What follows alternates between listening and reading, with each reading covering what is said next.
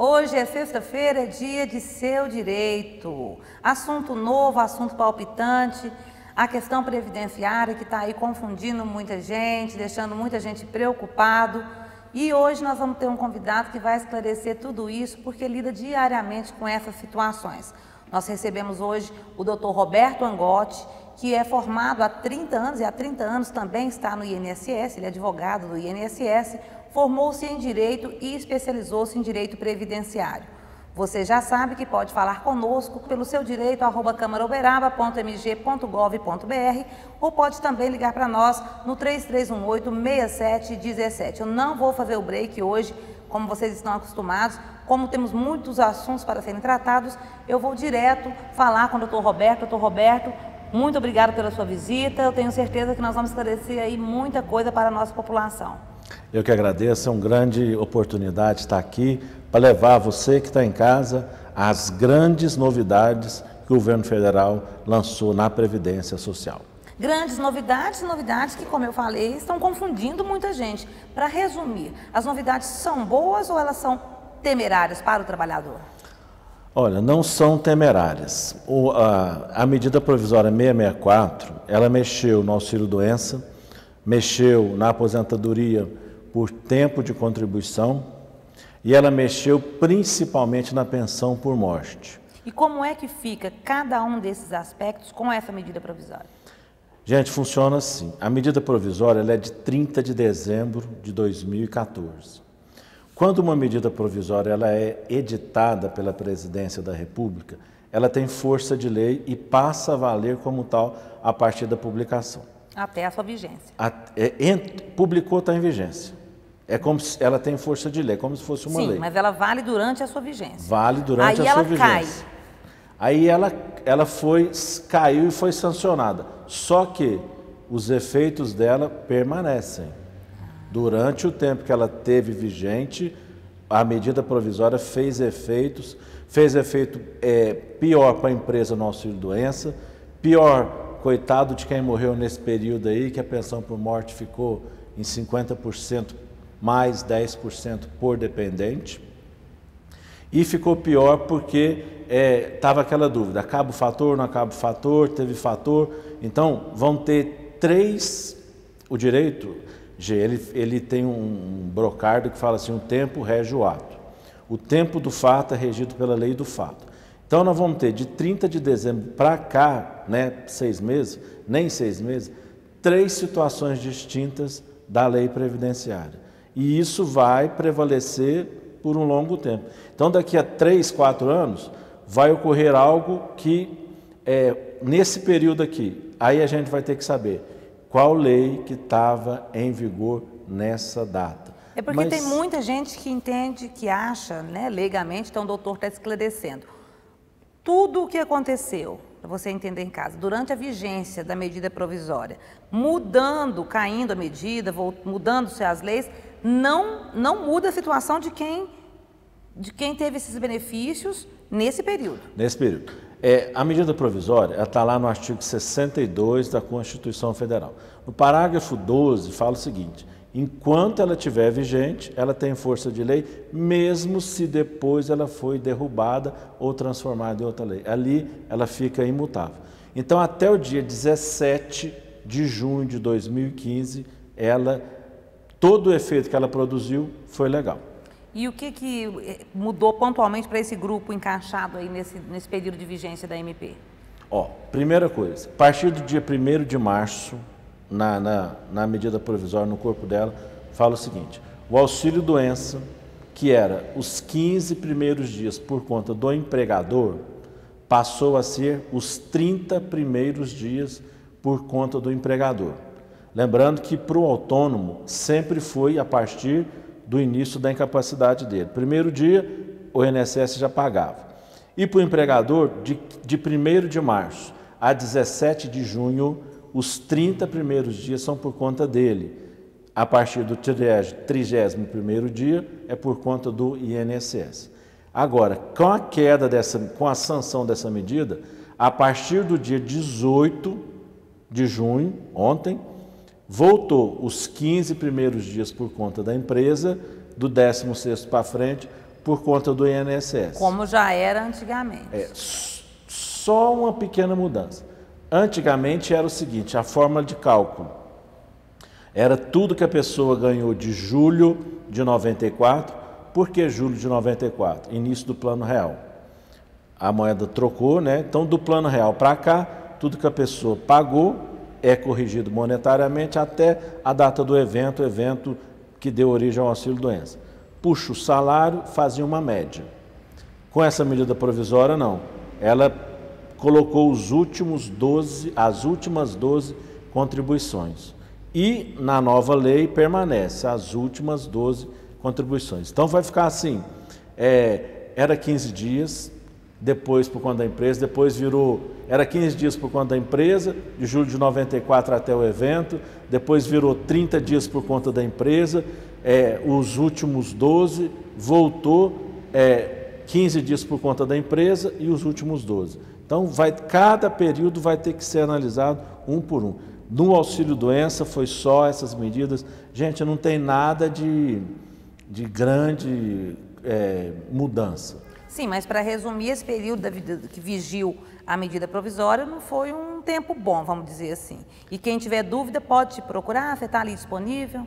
Pode. Gente, toda segunda eu estou na rádio, né, na JM, das 8h30 às 11h30. Programa do Robson Quirino, nosso companheiro. Programa do Genari e do Robson Quirino. E todo dia eu estou lá no INSS. Pode me procurar e olha que o povo vai, viu, Gê? Vai, né? Vai, mas vai mesmo. Doutor, mas aí pensando então, depois da medida provisória, vamos pensar de agora para frente, no futuro. Pensão por morte, tem novidade? Muda alguma coisa? Tem. Gente, a pensão por morte mudou demais da conta. Como que era? Para a pessoa receber a pensão por morte, precisava de duas coisas. Um segurado morto. Sim. E um dependente válido.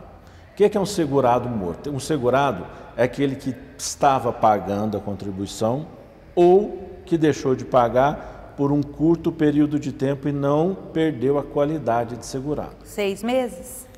A regra é 1 ano, se ele trabalhou mais de 10 anos, 2 anos. O que é isso? Parou de trabalhar aqui, se trabalhou 1 ano de graça. Se trabalhou 10 anos, parou de trabalhar aqui, ganha 2 anos de graça. Se morre nesse período, tem direito à pensão por morte. O que era? Era desse jeito. Bastava, o cara entra para trabalhar no Jornal da Manhã, por exemplo. Trabalha 1 semana e morre. A viúva ganhava pensão? Ganhava. Por quanto tempo? Eternamente. Um dos casos que gerou essa mudança foi o seguinte. Imagina uma pessoa que trabalhou 32 anos, foi mandada embora. Trabalhava numa multinacional, foi mandada embora. Entrou em depressão, parou de pagar.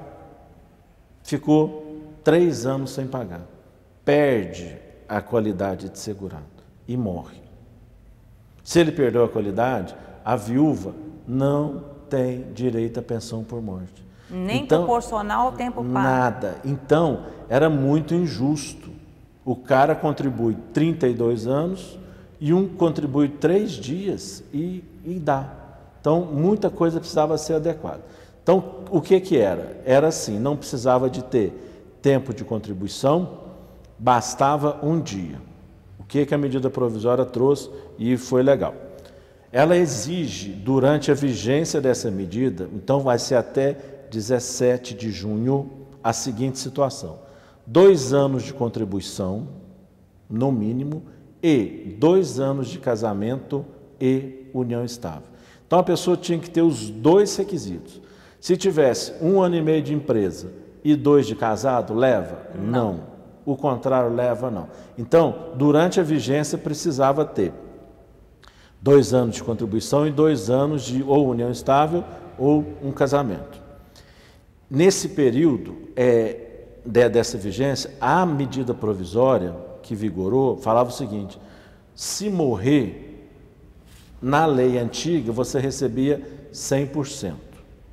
Na medida provisória 664, o dependente recebia 50% mais 10% por dependente. Então já não foi 100% mais. Uhum. E ela foi também proporcional. Não existe mais pensão eterna, salvo se o dependente tiver 44 anos ou mais. Essa alteração, ela está valendo ainda. Por que houve essa necessidade? Tinha uma pessoa, né, estava bem velhinho e tinha uma pensão boa. Casava-se com uma menina. Aí a menina, né, por amor, se apaixona e casa. Daí, 2 meses o velho morre e ela leva a pensão. Levava a pensão por quanto tempo? Ad eterno. Ad eterno. Então, a função, né, era acabar com isso. Então hoje a pensão... E não faz sentido, na verdade. Não a pessoa faz. Com força de trabalho, na flor da juventude, a vida toda... Porque isso tem um custo, que é para o trabalhador. Isso que o trabalhador precisa entender. Que o custo é para o trabalhador.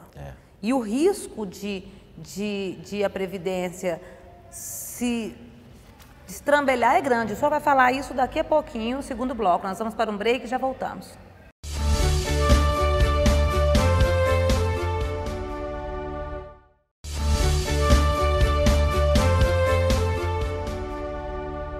Nós voltamos com o Dr. Roberto Angotti, advogado do INSS, que está aqui para esclarecer as nossas dúvidas, que não são poucas. Esse programa será, com certeza, pequeno. Diante disso, doutor, eu preciso concluir a sua resposta anterior, mas eu vou te pedir para ser mais enxuto para a gente poder abordar vários assuntos. Hoje, como é que está, para hoje, de hoje para frente, a questão da aposentadoria por morte? Hoje está o seguinte, de hoje para frente, funciona assim, exige-se 18 meses de contribuição, era 0, depois 24, de ontem para frente, 18 meses de contribuição, 2 anos de casamento ou união estável. Se a pessoa não tem, hoje, na data da morte, a partir do dia 18 para frente, 18 meses, a Previdência dá uma pensão para ela por 4 meses. Para que 4 meses? Para pagar o velório, para pagar farmácia, para ajudar em alguma coisa. Passou 4 meses, corta. Ela tem data determinada para cessar. E agora, ela, da mesma forma, a mudança da idade houve também. Ela não é mais integral, ela não é mais eterna para todo mundo. Existe uma tabela, ela vai de... Se a pessoa tem até 21 anos, ela dura 3 anos. Se tem até 29, dura 6. Se tem até 33, dura 9. E aí vai até 44. Chegou 44, ela é eterna. Hoje, a nova regra é a seguinte, e não é mais 50%, mais 10% por dependente. Voltou ao que era antes de 100%. Então, quem morreu no período da vigência da medida provisória 664, teve uma perda aí de no mínimo 40%. Eu falei aposentadoria por morte, mas naturalmente que é pensão por morte. Doutor, dentro desse assunto, rapidamente, há muitos casos em que a viúva passa a viver com outro companheiro, mesmo com mais de 44 anos, mas não casa e nem oficializa a união estável.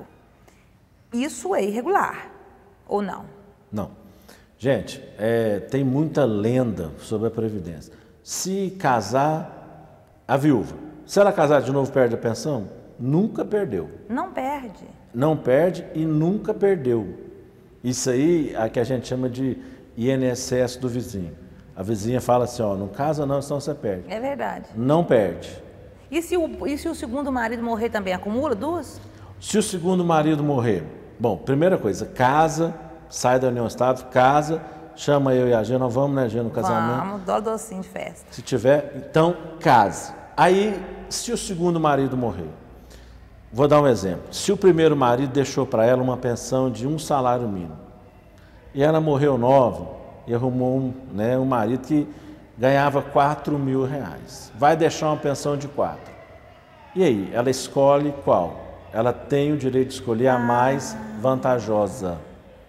Então, pode casar, chama a gente, e se o segundo marido morrer e ganhar mais, troque de pensão, tranquilamente. Outra dúvida já é a seguinte, ontem eu dei uma palestra na Universidade Federal, é para o curso de Ciência Social, Serviço Social. É uma pergunta frequente na rádio também. A mulher que liga muito, eu pagava meu INSS. Parei de pagar. Parei de pagar porque a vizinha falou que, como eu tenho pensão, eu não posso aposentar. Lenda, mais uma lenda. O direito do segurado é um, o direito do dependente é outro. Gente, pensão é benefício para dependente. E se a viúva trabalhar? Pode trabalhar, Pode aposenta também, porque o benefício é para ela. E a pensão, dois benefícios são para o dependente. Para aquela pessoa, para a família do preso, que é o auxílio reclusão, então o preso não ganha benefício, e para a família daquela pessoa que morreu. O auxílio reclusão, hoje nós temos quantas pessoas em Uberaba recebendo, o senhor sabe? Não sei quantas pessoas que estão recebendo, mas o auxílio reclusão funciona assim. Ele é para pessoas de baixa renda. Que o INSS... Que está entre nós e a maioria dos encarcerados. Que o INSS acha que é um baixa renda? Aquele que no momento da prisão ganhava até R$ 1.087. Se no momento da prisão ele ganhava R$ 1.500, a família está desamparada. Se ele ganhava até esse valor, a família tem direito, os dependentes têm direito.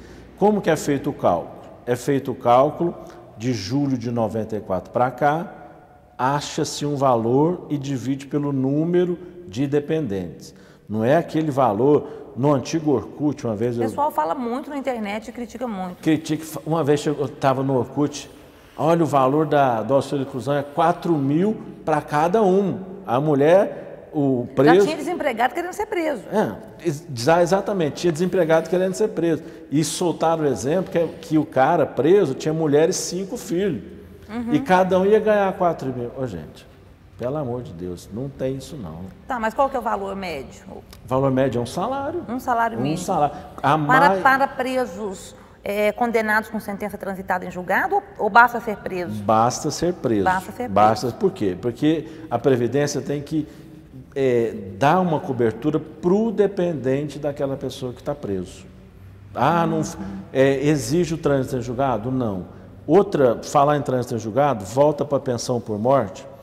Hoje, aquela pessoa que dá causa, marido mata mulher, mulher mata o marido. Antes, tranquilo, o homem matava a mulher e ia lá, levava a pensão dela, gente.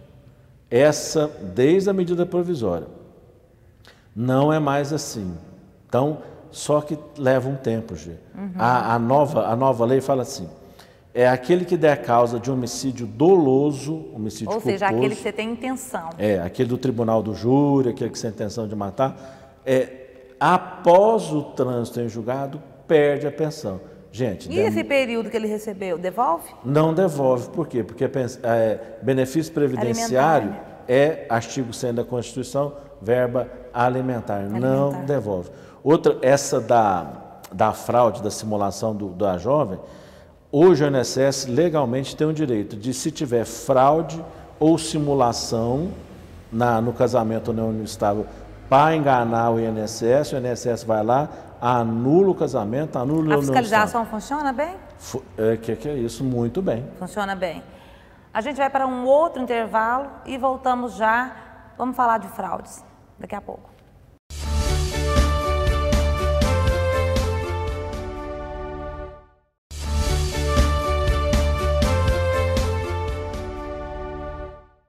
Nós voltamos com o seu direito, não vou nem falar muito, porque hoje nós recebemos o doutor Hélio Angotti, que fala sobre as questões previdenciárias. Doutor, o senhor me disse que a fiscalização funciona bem. Eu te pergunto, existem muitos casos de fraudes também aqui em Uberaba? Quais são as fraudes mais comuns aqui em Uberaba? Gente, a fraude mais comum é aquela que começa lá no direito do trabalho. Porque o direito, existe uma união, um entrelaçamento do direito do trabalho com o direito previdenciário. Primeira fraude é pagar metade por fora. Se a pessoa paga metade, recebe metade no salário, metade por fora, a Previdência deixa de arrecadar só nessa pessoa 50% desse valor. Uma grande fraude que está ocorrendo agora, que a Polícia Federal vem batendo em cima, é fraude no sistema. Existem pessoas especializadas em inserir dados. Hoje é tudo no computador. Em Uberaba já temos isso? Em Uberaba, com certeza, temos isso. Pessoas que inserem, por exemplo, dados de contribuição sua que você nunca fez. Aí como que detecta isso? Todo mundo tem um histórico lá dentro da Previdência. E nesse histórico tem, sempre você ganhou mais ou menos 1.000, 2.000, 1.000, 2.000, de repente você começa a ganhar 8. Depois você volta. Aí olha para a empresa e fala assim, essa empresa é muito pequena para pagar um salário desse tamanho. E hoje se cruza informações do sistema previdenciário também, cruza-se hoje com Receita Federal e tudo mais? Receita, Ministério do Trabalho, Caixa Econômica Federal. Por exemplo, uma coisa comum, a pessoa está recebendo seguro-desemprego. Outro dia eu peguei um táxi para ir do INSS na Justiça Federal. No caminho, o taxista começou a conversar comigo. Ele tinha perdido o seguro-desemprego porque a mulher dele olhou o carnê, nossa, meu marido esqueceu de pagar, foi lá e pagou. Cruzou, perdeu o seguro-desemprego. Seguro-desemprego é alvo de muita fraude também, virou corriqueiro até, né? Todo mundo conhece uns 4 ou 9 que trabalham num período aí por conta, e isso também vai mudar. Isso aí já mudou. Gente, seguro-desemprego, eu conheço um caso de uma pessoa que sempre trabalhou numa empresa e sempre ela teve uma lacuna de 6 meses. Nessa empresa, voltava 6 meses, voltava. O que é isso? É fraude, combinava com o empregador, o cara mandava ele embora, ele devolvia os 40% do fundo de garantia, recebia o seguro-desemprego, recebia o salário na informalidade e vai. Aí houve essa mudança do seguro-desemprego, houve essa mudança do abono PIS. Foi boas mudanças? No geral, foram ótimas. Para a maioria, sim, porque vai proteger a maioria. Sim, para a maioria, sim. O seguro-desemprego e agora ele vai ficar desestimulado, né, doutor? Conta para as pessoas como é que fica hoje o seguro-desemprego. O seguro-desemprego ele exigia da pessoa 6 meses no ano anterior. A nova lei fala o seguinte, vale 18 meses de contribuição para você receber o primeiro seguro-desemprego. Aí para o segundo tem que contar mais 18? Não, para o segundo baixa 6 meses, para o terceiro baixa 6 meses. Então fica assim, para o primeiro 1 ano e meio, depois 1 ano, depois 6 meses. Doutor, o senhor falou que a fiscalização funciona bem, eu não duvido do senhor, até porque a fiscalização, nesse caso, realmente interessa a maioria, mas em linhas gerais, a fiscalização da Receita Federal funciona muito bem, quando ela quer. Então, tudo que é interessante aí para os cofres do governo tende a funcionar melhor, não digo que perfeito, mas melhor do que deveria funcionar para todo o sistema. Mas a perícia também funciona bem, a gente conhece casos, são casos recorrentes de pessoas que fazem a perícia, estão aptas para trabalhar no dia seguinte, depois tem que fazer uma cirurgia às pressas, 2 dias depois. Eu te pergunto, a perícia funciona bem? Gente, a perícia do INSS todo mundo, né? A gente anda para muito lugar aí, você chega, uma comadre chega para outra, vai visitar, e aí, comadre, o que você está fazendo? Eu estou encostada, o povo adora encostar. Gente, funciona. Só que, diante de tanta fraude, a perícia, os médicos peritos são muito rigorosos. Mas o senhor acha, e o próprio Fantástico, quer dizer, não é nem a gente apenas que está dizendo, o Fantástico mostrou isso há pouquíssimo tempo, que uma mesinha e um médico é capaz de dizer, diante de tantos CIDs, assim, de tantos diagnósticos que nós temos, de olhar para a pessoa, muitos nem medem a pressão e dizer, você está ou não está apto? Não falta uma estrutura melhor? Não, falta demais. As queixas que eu escuto muito o médico não olhou na minha cara, o médico não leu o meu laudo, o médico não olhou meus exames, o médico não auferiu minha pressão, o médico não me perguntou nada e o pior, ele me mandou voltar no outro dia. Gente, hoje, depois que mataram em Minas Gerais 2 médicos, um em Patrocínio e um em Governador Valadares, toda a agência do INSS hoje tem detector de metais. É preciso ter, gente, pelo amor de Deus, voltar ao direito primitivo. Hoje o médico não dá mais resultado na hora. Por quê? Vira e mexe tem médico apanhando. Em Uberaba? Em Uberaba. O que não se justifica também. Outro dia, o cara foi parar na Polícia Federal. O cara ganhou um não, ele só não quebrou tudo porque a Polícia Militar chegou. Aí depois passou o caso para a Polícia Federal. Porque o cara quebrou um monte de coisa, por quê? Ganhou um não. Outro dia eu estava voltando do Banco do Brasil. E, gente, eu tenho 1,68 m, eu sou pequenininho. Na minha frente, gente, tinha um cara, uns 2 metros, bem magrelão, os braços assim. Eu falei, nossa, mas que figura, né? Chegou na porta do INSS, ele começou a mancar. Mas o senhor concorda que é por isso que o sistema tem que funcionar bem? O cara honesto, o cara correto, o paciente realmente com necessidade, não pode pagar pelo ato de alguém descompromissado, de alguém fraudador. Aí eu falei, mas também não justifica, pelo amor de Deus, gente, ninguém vai sair batendo em médico, nada disso. Mas pelo de tudo que a gente vê, que a gente ouve aqui e sobretudo Brasil afora, há que se melhorar esse trabalho da perícia. Tem que ter duas coisas. O médico perito tem que ser mais humano e olhar os trabalhos. E você que é segurado tem que parar de querer dar o golpe. Quem se sentir leso, quem não ficar satisfeito com a perícia, ele tem algum lugar, uma ouvidoria, um recurso que ele pode pedir a revisão disso? Pode. Se ele foi maltratado pelo médico, ele liga na ouvidoria e denuncia. Se ele não concorda com o resultado? Se ele não concorda com o resultado, tem 2 caminhos a fazer. Um é recurso administrativo.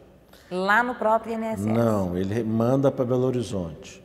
Gente, se o médico que te olhou te deu um não, você vai mandar para Belo Horizonte, eles vão mudar o formulário do médico aqui? Não faça recurso administrativo para auxílio-doença. Vá à Justiça? Vá à Justiça Federal. Qual justiça, viu, gente? Justiça Federal. A Uberaba tem estadual e federal. A competência, nesse caso, Justiça Federal. Nós já estamos no último bloco, Marcelinho. Marcelinho disse que faltam 2 minutos.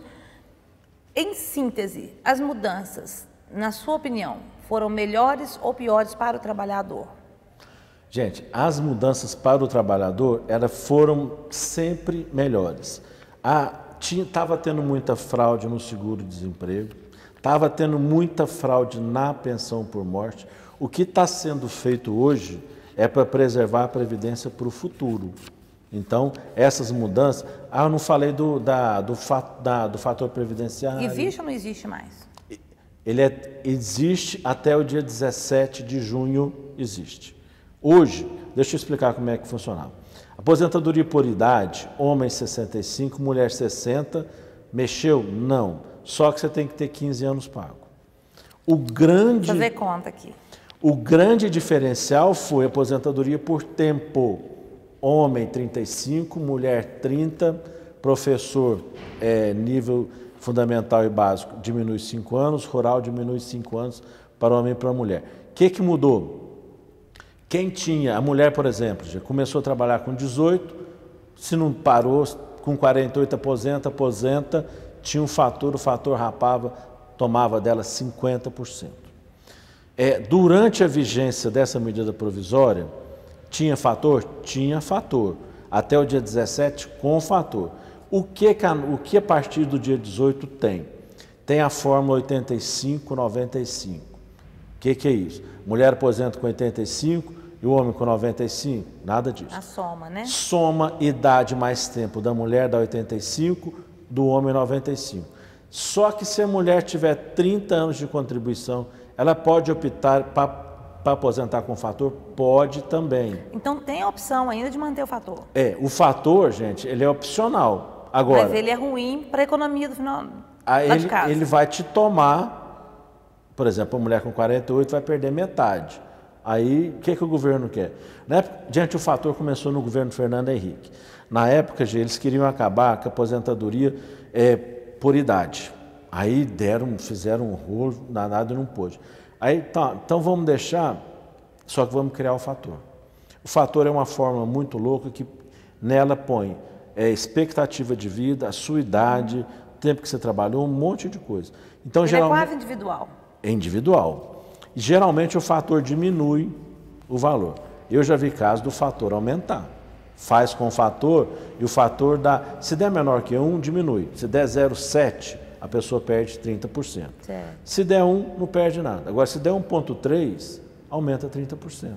Quer dizer, o fator... Isso fica bom, hein? Fica bom. Agora que a fórmula virou 85,95. E ontem, eu tive que estudar, lançar uma outra medida provisória. Olha como é que é o negócio. Lançar outra medida provisória para combater o 85,95. O que o governo federal propôs? 2015, 2016, 85,95. A partir disso, de 2 em 2 anos, aumenta um ano, até chegar a 100,90. E só que já o Renan Calheiros já falou, vamos mexer nisso. Então, quando mexer, a gente informa. Ou seja, vem mais novidade por aí, o senhor vai ter que voltar aqui daqui a pouco para poder ir atualizando.